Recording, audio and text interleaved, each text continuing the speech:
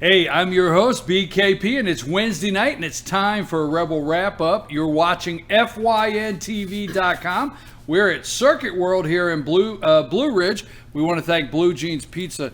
It's pretty good pizza. Huh? That's good stuff. That's good stuff. We want to thank Blue Jeans Pizza for providing the pizza for the players and the coaches tonight. Our guest tonight, head coach Jim Pavo, offensive coordinator Justin Pierce, defensive coordinator Adam Turner. We have River Dixon, right. Now I got to say, I did the baseball, so I can't do it like that. I have to say, now pitching River Dixon, right? Big River Dixon. That's what I called the base. You remember that, right? Mm-hmm. Okay, got to get it straight.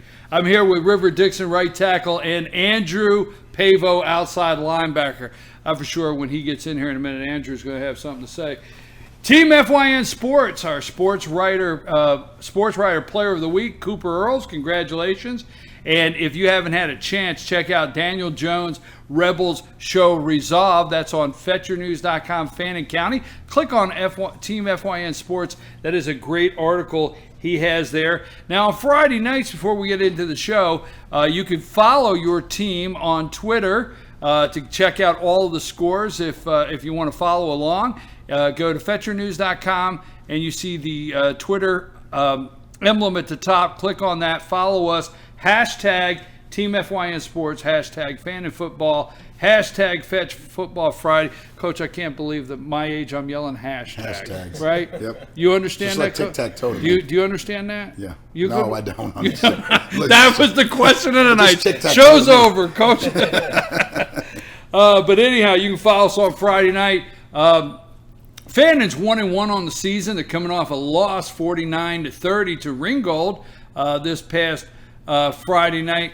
Coach, let's go back on that. We got Coach Pierce here and River Dixon. Coach Pavo, let's talk about Friday night. Ringgold was explosive right from the start. Yeah, were they not? They're a good football team. We knew that, but we felt that we had things in place and players in place to match them.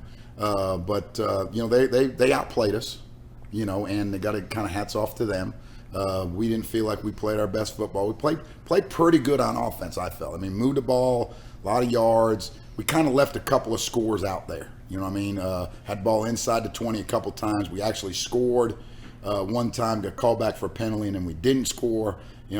After that, and then we had a couple of opportunities to score and kind of make it a shootout as an offensive coach would look at it from the standpoint. But defensively, we just didn't really play well. We had too many blown coverages and we didn't really do a good job of defending the option. And so it was kind of one of those things where, lesson learned. We're a better football team than that. We got back to the drawing board on Monday and try and correct those mistakes and move on from there. Well, River, talk about going up against this team. They're a 3A team also, right? They're in 3A, not the same division. They're a good football team. I always say you gotta. If they're a good football team, you say it. And I guess in a way, it's best that you play a good team that's non-region. It gives you the weapons to look at. You're gonna see some fast players. You're gonna see some guys light it up, and you need to see that early on before you get into your region of play. River, what was it like going up against these guys Friday night? Like Coach Pava said, they're just a really good football team. I felt like at the very beginning we kind of come out a little slow. Like you said, they were really explosive from the start. Defensive line was pretty good. Secondary was all right. I felt like you said, it was just a really good team to play. I feel like we got really a lot better because of it. Daniel Jones, the sports writer that covers the team for Team FYN Sports, he was very optimistic about that you guys showed resolve and you didn't let it get you the early explosion that they came out. You stayed in the game. What was it like on the sideline, River? What were the guys like saying, hey, man, let's get in this, or let's focus, or what was going on? I mean, we was on the sideline, we was all really optimistic, even when the score got a little out of hand, we're the kind of team, we don't give up, we play to the very end, we don't care what the scoreboard says, we're going to go out and we're going to hammer it until the very end. Coach, I see here Brad Davis, 26 for 46, 390 yards, 2 TDs, 1 1 interception, 8 carries for 24 yards. Earls, sorry about that, Cooper. Cooper Earls, 9 receptions for 178 yards. Got in the end zone twice. He had the 2 touchdowns there. 5 carries for 6 yards. A lot of offense, but did you have to get to airing it out a little bit once you got back 21 quick points? Yeah, no, we did. That kind of put us behind the 8 ball a little bit. We were running the ball halfway decent. And like Coach Pavo said, I mean, early on, what we did offensively, we moved the ball, had some good drives, and early in the game, we were getting penalties at the wrong time and kind of moving us back and then not scoring. So that got us down 21 points. In my opinion, if we don't get those penalties and we execute, then like Coach Pavo said, it's probably a shootout. But then at that point, it did. I mean, we had to start throwing the football, and like I said, Brad, 46 attempts, we actually called more than that. All those rushing yards are him scrambling. So we really did. We just had to kind of start throwing the football, and we had some success, but it was just a little bit too late. I would like to have seen it been a shootout. I felt like it could have been, but we just kind of hurt ourselves early with penalties and mistakes. Coach, what are you seeing before we finish up this segment and get the defensive coordinator in here? What are you seeing against? It looks like Chastity is 1-2. And the matchup here, looks like they're averaging about 185 yards, and they're passing about. It says here their passing is only 127. What are you looking at on their defensive side that you're seeing? The adjustments you can make this week going up against Chastity Friday night? The good thing for us is they're kind of a similar defense to what we do, so it's something that we see. It shouldn't be anything that's confusing to us. Obviously, they're going to throw some stuff at us that we don't see, but it really should be stuff that we're prepared for and able to play against. They're a real athletic team in the secondary, I feel like. They like to bring a lot of pressure and do some things like that to disrupt what you're doing offensively. And the coaches over there, it's a new staff and a new system and all those things, so they're going to get better and better each week. They probably got a lot of energy and are excited. So for us, like I say, for us it just comes down, can we execute? Can we take out the penalties that get us? And as long as we execute, I feel like we'll be all right offensively. Coach Pavo, you have 2 games into the season, 1-1, and you've already had an open week. Week before last, you had an open week already.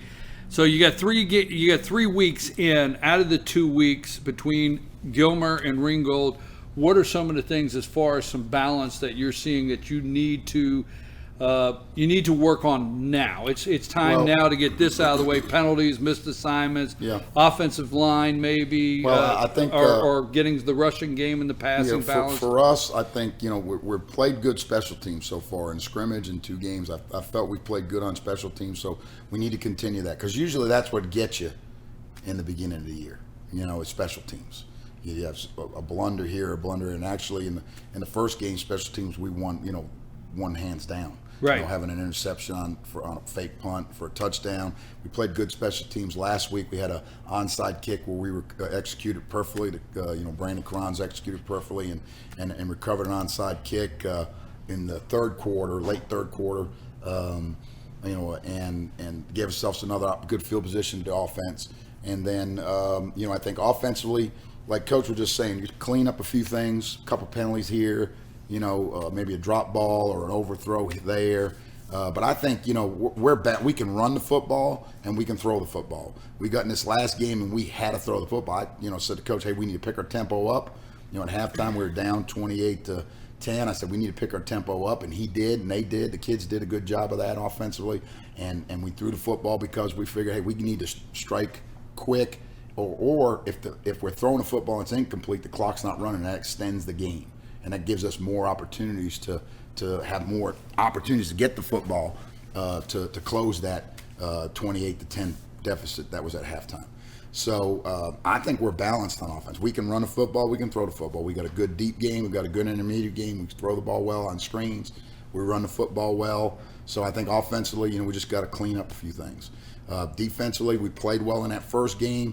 We did a great job stopping the run. Not so much against this other bunch. Second game, I think we had some missed assignments that hurt us, and some.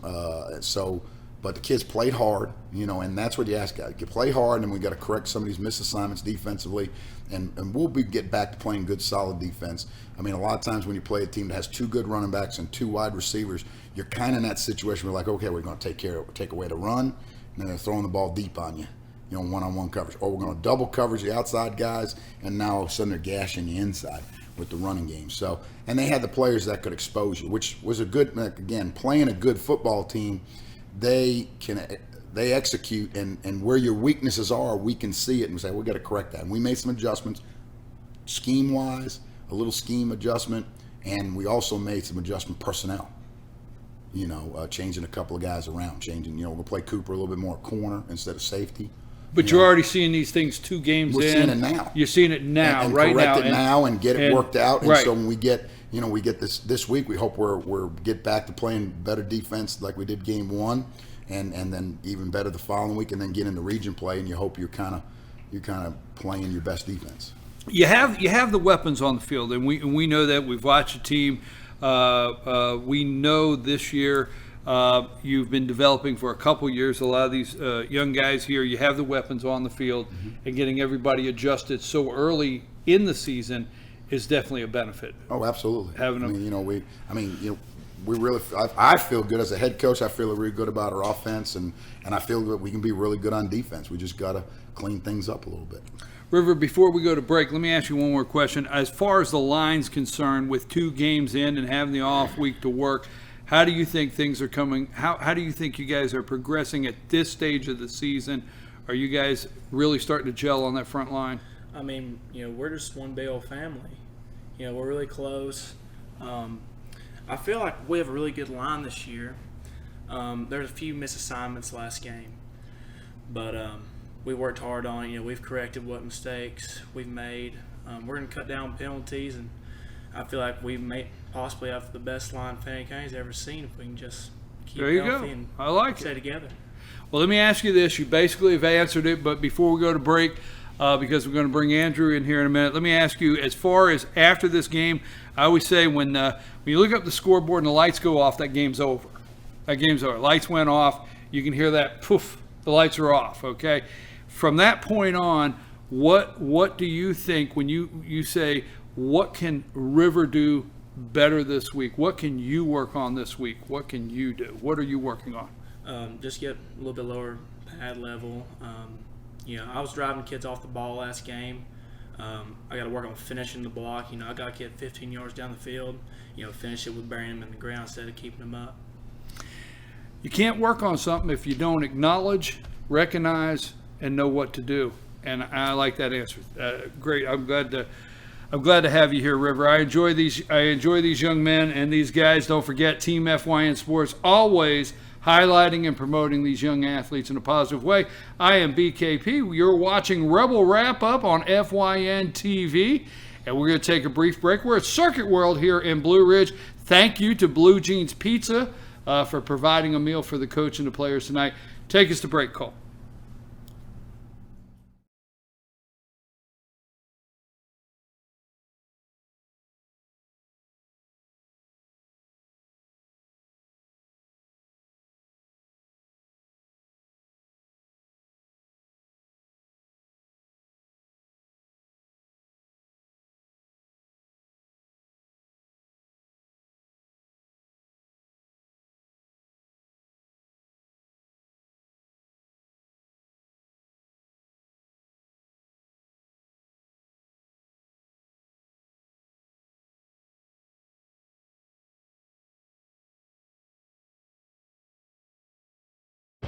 Right now at Pizza Hut, you can get any 2 medium pizzas for $6.99 each. Get any toppings, any crust flavor, anything you want for just $6.99 each. And sweeten the deal with a Hershey's Triple Chocolate Brownie for just $5.99. Only at Pizza Hut.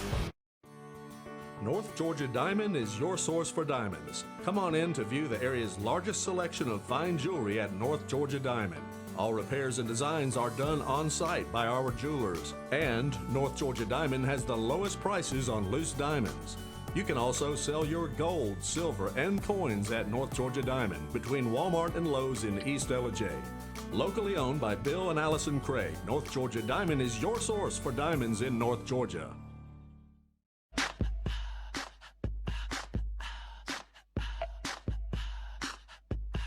what you gonna do with all that junk?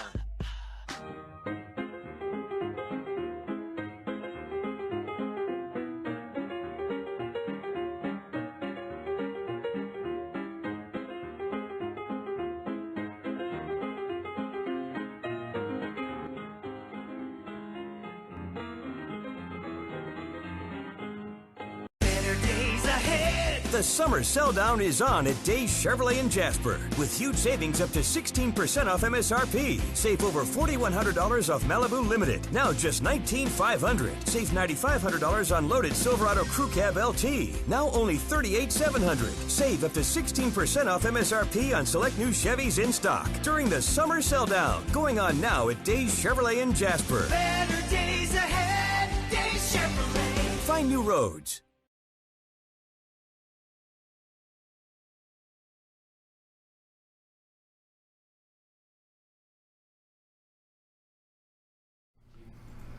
And we're back on BKP, and you're watching Rebel Wrap Up. We're here at Circuit World in Blue Ridge every Wednesday night at 7, FYNTV.com. Thank you, Blue Jeans, for providing the pizza for the players and the coaches here. I'm here with head coach Jim Pavo. We have now with us on the couch defensive coordinator Adam Turner. And who's that guy? What's his name? Andrew. Oh, it's Andrew. We got Andrew Pavo. Hey, look, we can't do it any other way. We got to go with that. Just call me Lawrence Taylor. Yeah. Okay. Andrew Pavo, outside linebacker. So, Team FYN Sports. Always follow Daniel Jones, Rebel Show Resolve, and we're talking about the game. We're talking about the game this past Friday night against Ringgold, and we're also talking about Chestatee coming up. That's a home game this Friday night. Yes, sir. Andrew, let's talk about the defense. You guys are Coach Pavo here says the strongest linebacking core altogether. We've had some Fannin County's had some very good linebackers come through here. But Coach, you mentioned the first game out, probably the strongest linebacking core that's been put together since you've been there. These guys jumped out quick on you guys. Talk a little bit about what happened, why they jumped out so fast. Just let us know what happened back there. Well, I believe Ringgold came off a loss, right, after that, before us, or yeah. So they were hungry for a win. They just came out and they just had in their mind, we just need this W, and they just played as hard as they could at the start of the game, and when they finished the game, they jumped out. They jumped out fast. So talk about the defense out there. What you guys did. You guys get together and say, hey, you know, this guy can run. They had a very, very good running back, and the guy could really air it out. They started airing it out quick. So how long? What did you guys see this past Friday night that you said, hey, we're in game 2, and we got to tighten this up, or we got to survey the field a little different? Yeah. Well, what you said earlier, they had 2 good receivers, 2 good running backs, so it was hard to take away both things.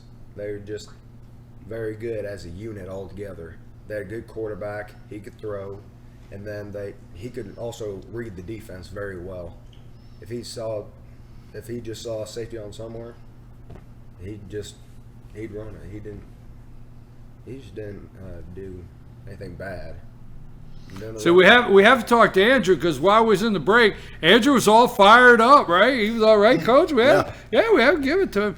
Coach Turner, let's talk about the defense a little bit. You have a very good defense. You do have, as coach, talk about your linebacker core, all the guys back there. I mean, I don't want to leave anybody out, but talk a little bit about the defense and some of the adjustments after Friday night when you've seen a team like Ringgold that is going to run the ball. You're going to see that this year, and air it out. Talk about some of the adjustments and what you've seen Friday night. Well, we knew last Friday we was going to have to play, pretty mistake-free football, because they had some pretty good skill players. Well, we've already kind of touched on that.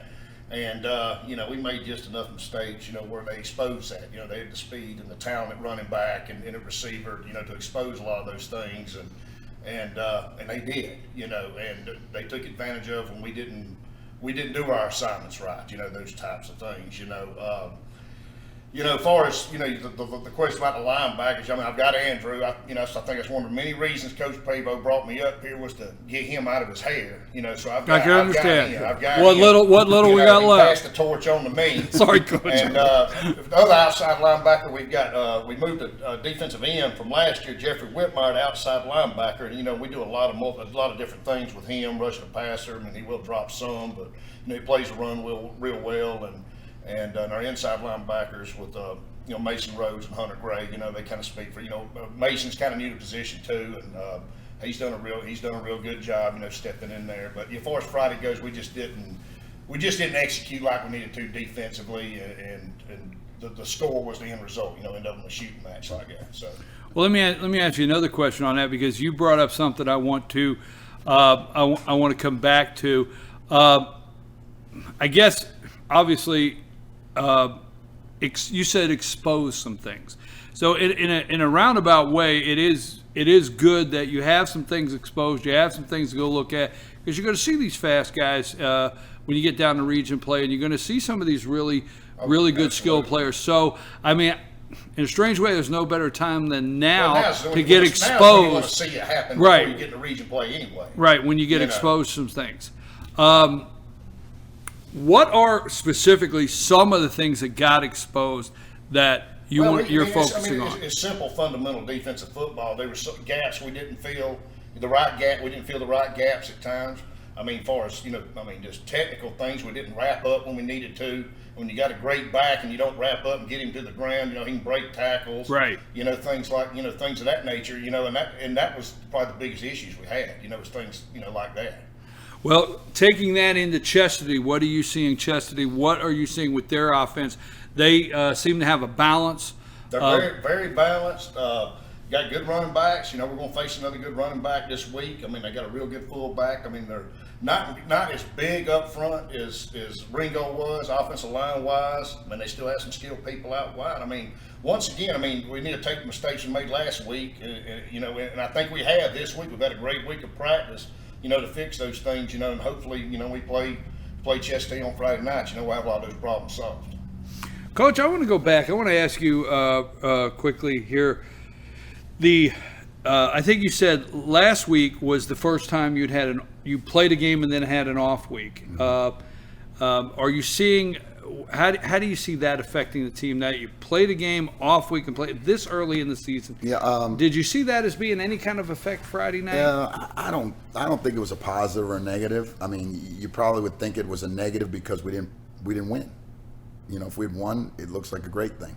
So I don't think it hurt us doing scrimmaging game, open week, play another game out, because now we got about 4 games, and we got an open week, and then we close out the season. With 4 games. So we just spread the 10 games out over 12 weeks is all we've done. As compared to in the past, most teams will spread 10 games out over 11 weeks and have an open date before the first game between the scrimmage. So, it's kind of 6 in one, half dozen the other. I think, you're working each week to try and get better in certain things, and there's fundamental things defensively that we worked on, and I think those things will continue to improve the more we work on them, whether we're in open week or in a game week. You're always working on fundamental things, tackling. Coach talked about tackling. Another thing that I felt that affected us negatively on Friday was our angles. I think we got a little worried that this guy was fast and didn't attack. We were attacking on top of him, and he was a cutback runner. As compared to we were talking all week and working on all week, attacking his hip, and then when he cut back to you, he's cutting into you. And so, things you get to watch on film and see, okay, it's not just, it's wrapping up, but it's also not just your angles of tackling that have to improve. Because, if you're running by him, you ain't got a chance to wrap up. And this guy we played this week is not as much of a slashing cutback runner as the past week, but the running back that we play this week he's a inside cutback runner. When he gets on the edge, he's trying for the sideline and get up the sideline, but he's a bigger back. And so in the box, he's one of those, if he's attacking, say, the off tackle to the left, he's just as likely to cut it back behind the center to the right. But once he gets outside, if he's an outside type play, he's heading for the sideline and trying to get up the sideline. So he's not as much of a slashing cutback runner as past week Ringo kid.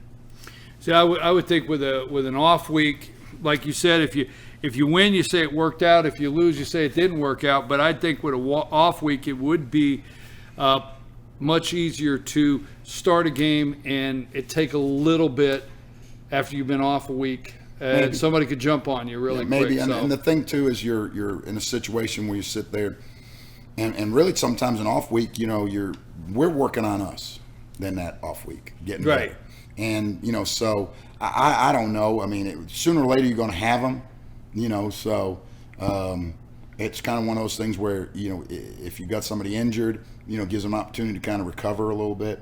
I don't know if that Gilmer game was a real physical game. We had just like I imagine they did, we had a lot of guys not hurt, but just bumped up, bumps and bruises. And, that following Monday we came back and went with no pads, because it was a physical game on Friday. And so, I mean, that might have benefited us in that sense where we didn't just pound them into the ground, and then play another physical game like Ringo and now have two back-to-back really physical games. So, it's like I said, it's 6 one, half dozen the other, and you're going to play 10 games, and whether you play them, wherever you play them, you just got to be ready to play. Well, before we close out tonight and wrap up, let me go over a couple stats. Let me highlight some of the players from this past Friday night. Some of the tackles here: number 27, Hunter Gray with 3. Jeffrey Whitmire, number 55, with 3. Mason Rhodes with 3. Number 44, Mason Rhodes. Number 3, Wesley Lim with 4. Number 10, Carson Beavers with 4, and number 17, Cooper Earls with 3. Andrew Pavo with 2 assists. Number 2, number 44, Mason Rhodes with 2 assists. And number 55, Jeffrey Whitmire with 2 assist tackles. And number 65, Adrian Mendoza with 2 assisted tackles. Let me get into want to get into some offense here before we wrap up. 4 touchdowns on the night, so congratulations, Cooper Earls, senior there, number 17, Cooper Earls with 2 receiving touchdowns. He found the end zone twice. And also congratulations to Hunter Gray, number 27, 2 rushing touchdowns. So 4 times in the end zone there for the Fannin Rebels in touchdowns. Andrew, before we close, Cooper Earls ran one down, caused the guy to fumble, and you guys recovered the ball. What was that as far as emotionally feeling? We don't give up. We're not going to give up. We're not that team, and this is who we are. Regardless of what the scoreboard is, this is who we are. We don't give up, and this is who we are all year long. What was that emotionally like when he did that? Like I said, it just showed that we don't give up, and I think it showed, as a character, that Cooper doesn't give up. He's a very physical and emotional player, and I'd have to say that's everybody on the defense. Everybody, we get to the ball, we make the tackle, and if somebody makes a big play, we get hyped up, get ready for the next play. Coach, you told Daniel Jones after the game, you said you appreciate as a coach kids that keep playing hard. Mm-hmm. Yeah, I really do, because I mean the thing about it is that we try and talk to kids about, the one thing when I got here was finish, just play, don't look at scoreboard, play whether you're ahead, because that mentality of finish, the scoreboard shouldn't determine that, whether you're ahead by 20 points or down by 20 points. You're going to play hard for 4 quarters and then worry about what the score is later, because again, if you're going to only play hard half the time, you're never going to get better. And if you're winning by 20 points and you're not playing hard, you're not continuing better. You're developing bad habits, and what we're about is trying to wipe out bad habits and develop good habits as far as effort and technique and all the things it takes to be a winning football team. Andrew Pavo, what did you say Friday night to yourself? What did you say? This is what I can work on this week. This is what I can get better at. I want to focus on. What was that for you this week? I think I can work on my character, because during that game, I think I got a little too emotional. I got a little too angry when we were down by a couple points. And I also need to work on my tackling skills. I know those are the top 2 things I need to work on. Hey, You can get in your head. I gotta introduce you to a fella. I gotta introduce you to Gabe Northern. I don't know if you know who Gabe is, but I gotta introduce you. He former Buffalo Bills 5 years, LSU 4 years. I gotta introduce you to him. You need to talk to him after what you said. I'm your host, BKP. I love Wednesday nights here at Circuit World in Blue Ridge, Rebel Wrap Up with these young men, the Fannin Rebels. Don't forget, fans, go out and support these guys.